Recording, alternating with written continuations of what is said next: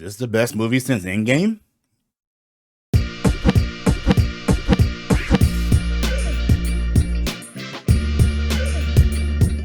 What's up, everyone? On my channel, I am DJ, aka Token Black Guy. I'm here for the first time. Hit that like button, subscribe button.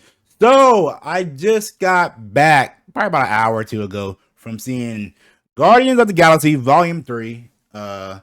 It's basically the last installment of that franchise. And I will have to say, first impressions, first thoughts. Bravo, James Gunn. Thank you for going back to the old MCU way. I was thoroughly entertained in this movie. I really enjoyed this movie. It is very emotional in some parts. It's a little darker than the other two, but it still had the comedy relief. It sucks that James Gunn's going to DC because if he keep pumping out movies like this, yeah, good for MCU. And the biggest thing that I took away from this thing was it wasn't overly woke, if at all. Meaning that they weren't trying to shove some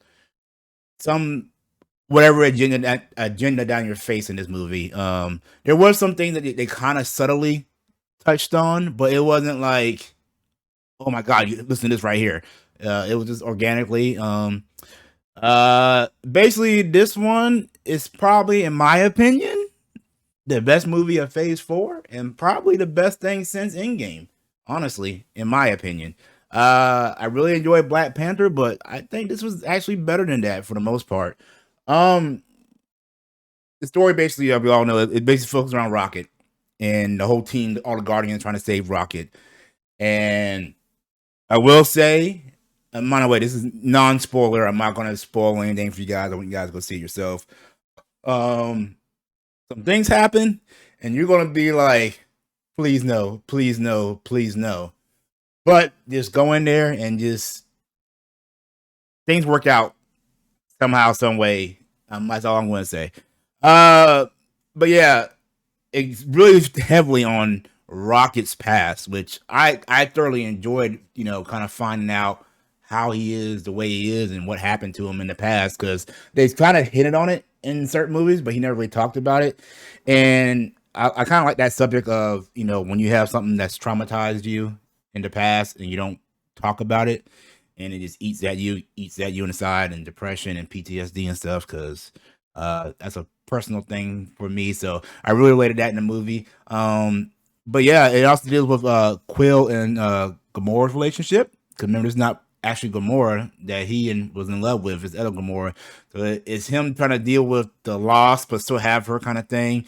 And it gets very emotional with that. I loved Drax and Mantis. Their banter, since especially like the past Christmas special, was very good, and even in this one is very good. Mantis, to me, is probably one of the funniest ones in this whole movie. Some of her one-liners and when she gets loud with Drax and everything. And we see a better side of Drax in this too, but more of his personality and his past, like, why he is kind of the way he is and stuff. Nebula's there, and she's dealing with her things too. So it's all about everybody kind of dealing with their past in this one, and them as a family coming together to deal with it. Like I said, it's a little bit darker than the other two, in a sense. That other one's more kind of comedic and everything. Well, this one's comedic, but there's some gruesome things that happen in this movie, and you're like, what the, like, that is effed up and everything. Some of the kills were just kind of brutal. Also, the villain. I guess you would say there's two villains, kind of say, but more one main villain. The high evolutionary. That guy, psychotic, and hell of a performance by whoever. I don't know the actor's name, but whoever played him, very good, amazing villain. He came off very psychotic, very obsessed in this one, and I actually think he, to me, is a little more intimidating in the way they portrayed Kang and Ant-Man and the Wasp: Quantum, whatever. What else? Adam Warlock. He's in this one. Remember him when they introduced him the last time? Maybe he's in the egg, and his mom, or they're not, well, that kind of that girl, all golden person, was there and everything. He's in the movie. He's very powerful in this, and the way they kind of portrayed him kind of reminds me, if you ever seen The Boys Homelander. You'll understand when you see the movie. You get Homelander vibes in this. Um, what else? Yeah. So overall, love the movie. Special effects were good. There's one scene that I really love. There's a corridor fight scene, and the way they filmed that was just that whole sequence was so good. There was some spots where I was like, yeah, kind of eye roll, like that would never happen, or that could. There's no way that person could do that, or whatever. But it's a movie. You give them a benefit of the doubt. But there's some scenes. There's like, oh come on, that would not happen in real life. But special effects overall were good. There's some spots where it could clean up a little bit. Um, what else? I took notes. That's why I keep looking down because I want to make sure I got all my topics down. Um, there is two end credit scenes, a mid credit scene and an end credit scene. Kind of sets up things, I guess, for possible maybe the future. I don't know. And one just kind of like, and one actually does, I guess you would say, is in. But overall, I love the movie. I really enjoyed it. I think I might. I don't know. I'm thinking about going and seeing in 3D. But I'll probably wait a couple weeks and everything. But really enjoyed it. I'm glad I went. I went to a 3:30 showing today, and it was pretty decent amount of crowd in there. So I wonder what the numbers are going to be over the weekend.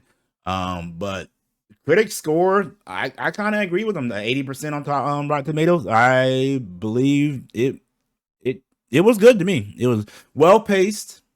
Had some of the jokes didn't land. They were kind of rushed, but overall the jokes were good. What's the dog's name? Cosmo. Her and God, I can't remember the guy. The new guy with the thing. He was like second command to the last guy. They had a good back and forth. That on running joke was kind of funny to me. It made me chuckle a little bit. But yeah, really good. Ending was good. Yeah, overall, I think I would give it. I would say 8.5 out of 10. 8.5, maybe a close 9. Like 8 3/4, 9 ish. But yeah, I really enjoyed the movie. I recommend going to see it.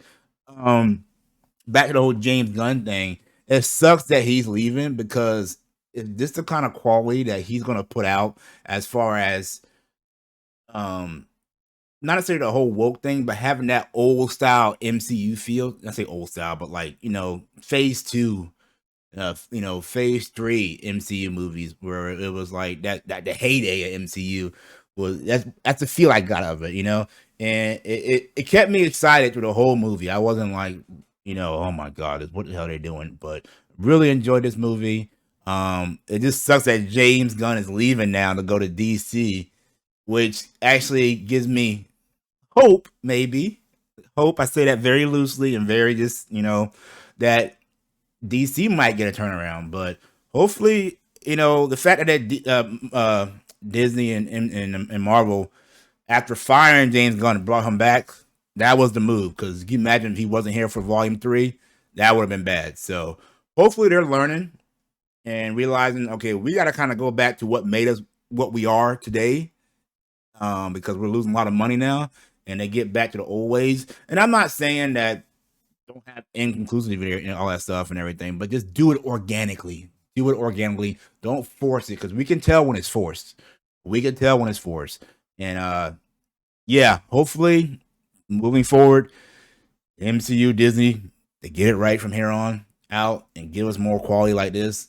Again, go see the movie. I recommend it. Until next time, guys, leave a comment down below if you've seen it already. What were your thoughts on it? Remember, no spoilers, because I want everybody to go see it this weekend. Till then, I'll see you when I see you. Peace.